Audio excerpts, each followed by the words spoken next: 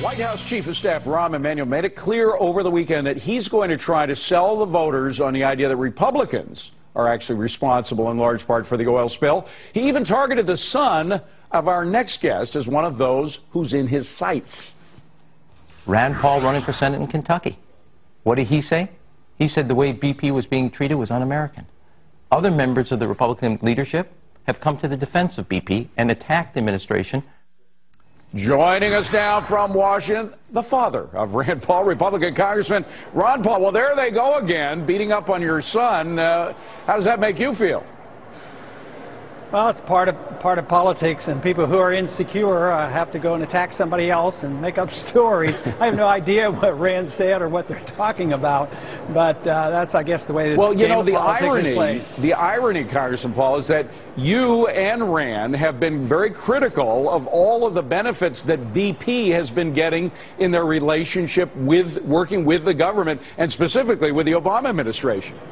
Oh, well, yeah, you know, BP is a big government corporation. They're in bed with government. We provide a lot of protection for their oil rigs in the Middle East, and of course, they're for cap and trade. And that's right. I think this whole thing about setting up this fund satisfies both the politicians and BP. Because, you know, they've agreed to this, and this sort of is a PR stunt as far as I'm concerned. BP had already been making a lot of payments to people who had been injured. My point is they've hold on, caused the damage. before you go any further, let me just ask, because a lot of people would say, wait a minute, $20 billion payout, that doesn't sound like much of a benefit for BP. How does that benefit BP to have this fund? Well, they have to pay. Everybody knows that, and I think they know that too, so they might as well, you know, concede to this. But I don't think as BP as being a good example of the free enterprise system. You know, I think that they're very much in tune with big government, and here, and the process is sort of suspicious.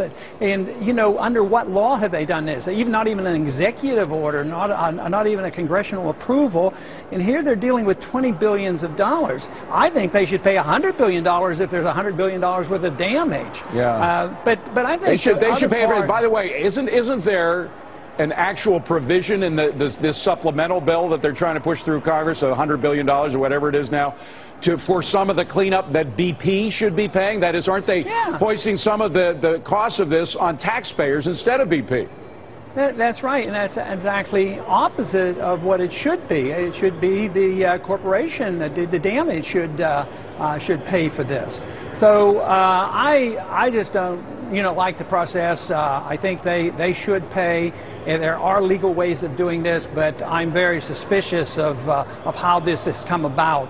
And this whole idea that somebody defends, you know, the rule of law, and say that you shouldn't beat up on a corporation and drive them into bankruptcy.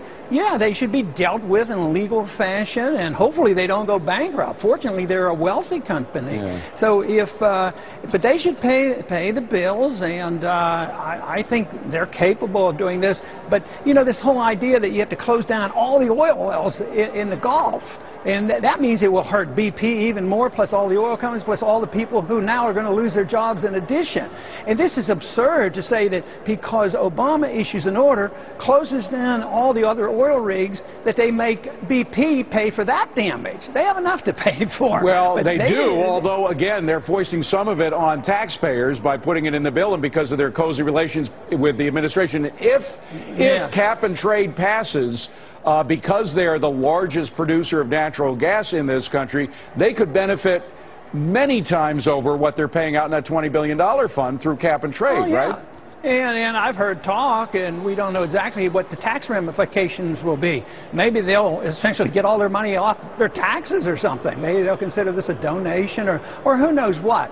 But I suspect there's a lot about the agreement that we don't know about, probably will never know about. Somebody asked me what did I think about the conversation they might have had. Well, I can't characterize it. I wasn't there. I'd like to see the transcript. But what do you think the odds are that we'll get to audit that transcript? Probably I don't think we'll get to know. Probably being easier to get the minutes from the Federal Reserve Board, as you well know. Yeah, find out what they're doing.